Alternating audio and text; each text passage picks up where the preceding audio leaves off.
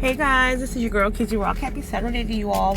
I'm driving, I'm getting in and out the car, I'm all over the place, but I wanted to talk to you guys. So guys, I wanted to talk to you all this Saturday about when God starts removing people from out of your life. And what I'm learning in this season, is that He will send some of those people back, if not all. Now, mind you, I'm one of these type of individuals where I don't go backwards. I'm kind of like, listen, when that season is done, it's done. I'll see you next lifetime, that type of thing, no animosity, but just done, that type of thing.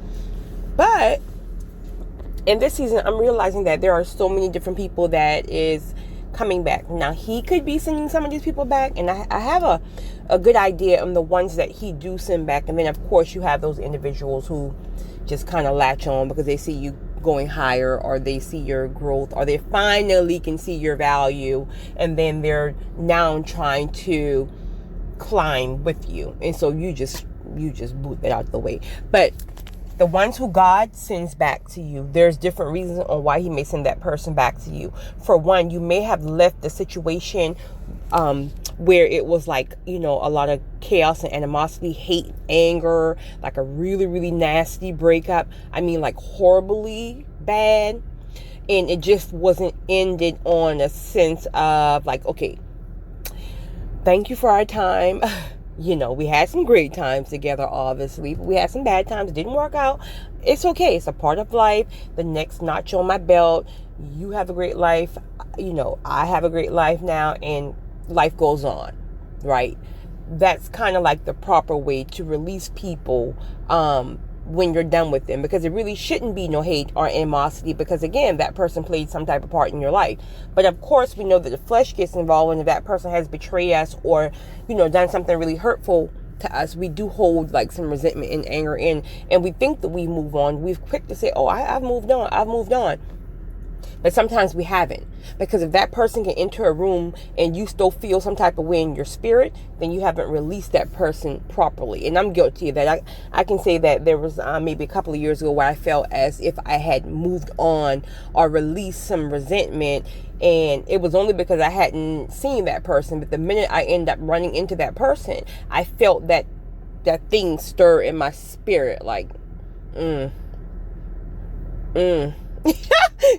and that's when you really haven't released something, because you should be able to see that person and just look and just have pure feelings, and just really truly, not saying you're going to be buddy friendly, no, but there's no anger or resentment. Also, He may send an ex back to you, which that has been going on a lot for me, I would say, in the last year. He will send an ex back to you again if you didn't release the relationship properly, or vice versa. Or He may need you to free that person, because if that person have done something to you, been disloyal to you, or hurt you, right?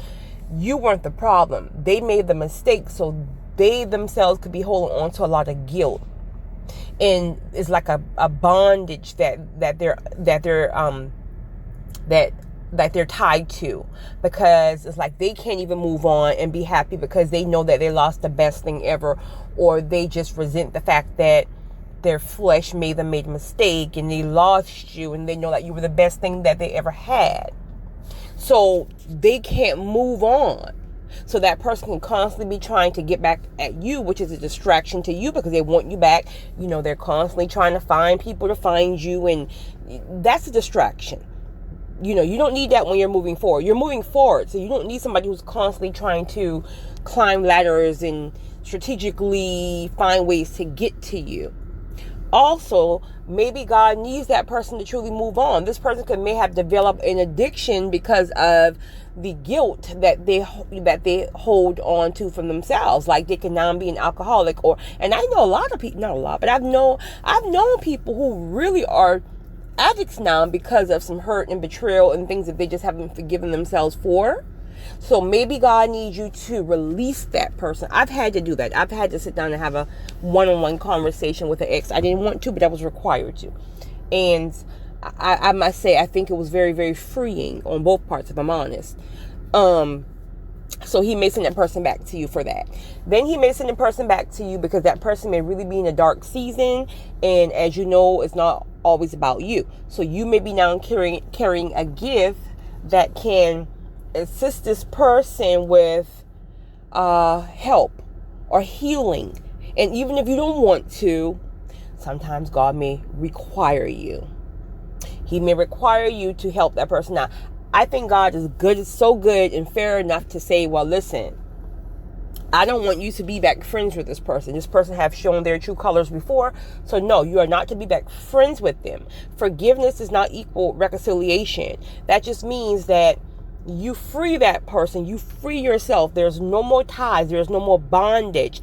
There's no more feeling some type of way when they're walking the room. You're willing now to do what I tell you to do. If I say help free them, you help free them because it's not about you. I have a gift in you that I instilled in you that only you can help free this person. And once you do that, then you're free to go on. But I need you to do what I need you to do. So, I want to encourage you guys, if you're starting to see people come back into your life from the past, be very careful about how you dissect why they're there, where they're coming from.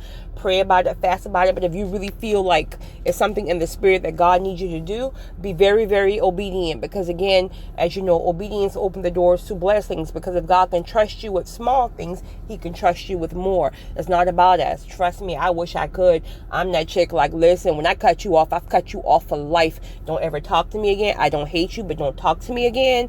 Maybe we can be cool in the next lifetime. But in this lifetime, he's making me say, hey, how are you? How are you? I'm great. Life is great. What do you want? I'm trying to keep it classy, honey. But, yeah. So you guys have a great weekend. It's your girl, Kizzy Rock.